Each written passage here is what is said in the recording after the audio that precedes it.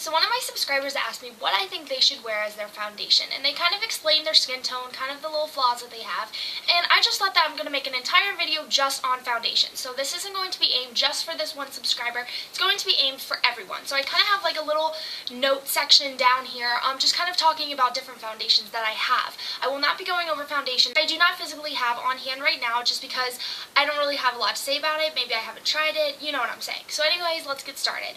So the first category that we're going to go under is liquid foundation. Now liquid foundation is good for all skin types. You will see most foundations in liquid form. That's just kind of been the popular foundation form for foundation. So now a subcategory I have is long wearing. So the long wearing foundation that I have on hand is the Maybelline SuperStay Makeup 24-Hour Foundation. I really like this foundation. The only thing about long wearing foundation is a lot of times it's a little bit too much for my skin. I personally have dry to normal skin. So long wearing foundation just stays on my face all day long, which is nice, but I can feel it on my face. I don't know. I do not like the feeling of having foundation on my face at all.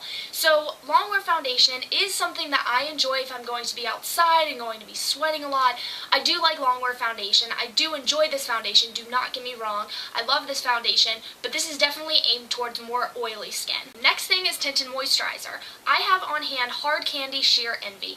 This is my favorite tinted moisturizer I've ever tried. I've tried this one, I've tried CoverGirl's tinted moisturizer, and I think I've tried a couple other ones. This one is by far my favorite.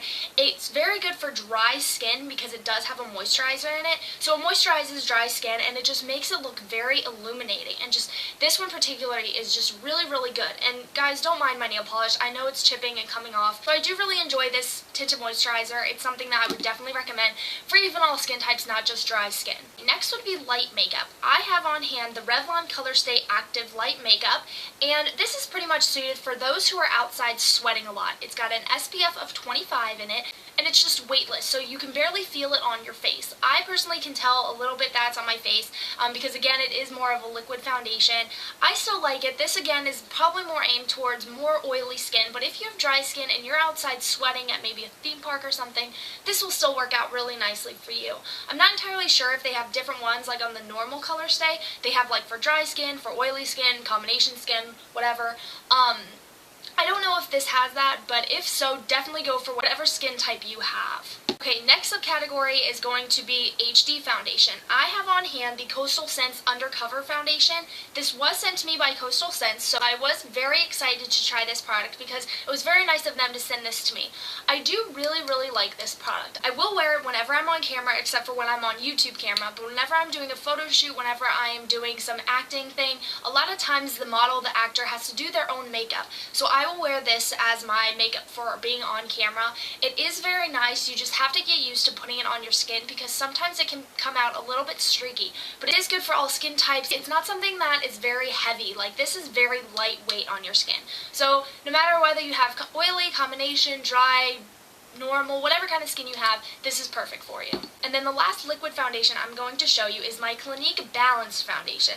I do really like this product. It's a little bit too light for my skin tone. I bought it because my mom has this color, and for a while she and I had the same skin tone, but now this is just way too pale for me, so I can't use this one. It is kind of pricey, and I'm really sorry. There's a house across the street that's getting worked on, so there's like saws going and like all of this crap going on. But anyways, this is a good foundation for those who need to balance their skin. When I bought this, I had very dry skin, so this has moisturizing element that would bring my skin tone to more of a normal state. Okay, the next category is my favorite kind of foundation. The next category we're going to talk about is cream foundation. Now, the cream foundations I have on hand, the CoverGirl AquaSmooth, and it just looks like that. That's what the cream foundation looks like. And then I also have the Revlon New Complexion foundation. This was one of the first foundations I ever bought. I actually bought it because I had a runway show, and this was when I first started modeling. I had a runway show, and I wanted foundation that would be really easy because when you're backstage, you have to get ready so fast. I mean, half the time, you're putting on your makeup, and you don't even know what your makeup looks like. So I needed something that was going to be very easy to do, so I got the Revlon one. I do really like cream foundations. The CoverGirl one is probably my favorite foundation, and then I do like the Revlon Okay. I just can't find it to match my skin tone perfectly. The next category we're going to go into is stick foundation. I have on hand the Factor PanStick, and I'm pretty sure this is discontinued since they discontinued Max Factor in the US, but this is what it looks like, and it's just a stick foundation. I bought this again when I was going to go meet an agent, which was a really bad idea because PanStick foundation is very, very, very thick. It's very, very covering, it's very heavy, but it's very easy to apply, which is why I got it. It's got a very heavy coverage, so you have to be very careful with these. You have to make sure you blend it out well, but it will cover if you have a very acne-prone skin or you have a lot of blemishes on your face. I definitely would recommend a stick foundation because literally it'll give your skin a porcelain look. It's really good. This one particularly is super, super good. It's just a little bit too pale for me. Okay, and then the next category we're going to talk about is powder foundation. On hand, I actually have two of them. I have the CoverGirl Simply Powder Foundation, and I have the Clinique Perfectly Real Compact Makeup. They're both the same thing. They're both powder foundations, and they just look like that, of course. Just looks like powder, your normal pressed powder. And this is what the CoverGirl one looks like. On a daily basis, I actually wear the CoverGirl Simply Powder Foundation. This one I used to wear a lot. I got this for like prom or something. I used to wear this a lot, but I stopped because it's like way too pale. You can totally see. It's like way too pale for my skin.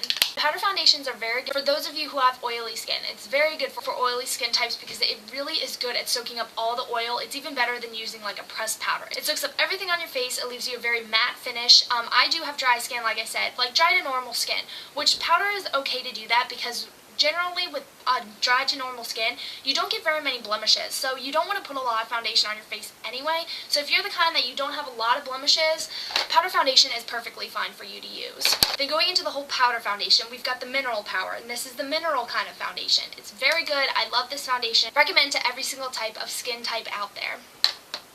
And then the last one I'm going to talk about is the Maybelline Dream Matte Mousse. This doesn't really have a category because it's not cream, it's not powder, it's not liquid, it's just everything. So I would recommend this more for oily skin just because it gives you a matte look. Normal to dry skin, that's fine too. I use it with normal to dry skin and I love it. I think it gives a really great coverage. So those are just some of the foundations that I have. I hope I kind of went through all of it. Maybe if I figure out more information on it, I'll post it in the down bar. But if you have any other questions, just let me know and I'll talk to you later. Bye guys.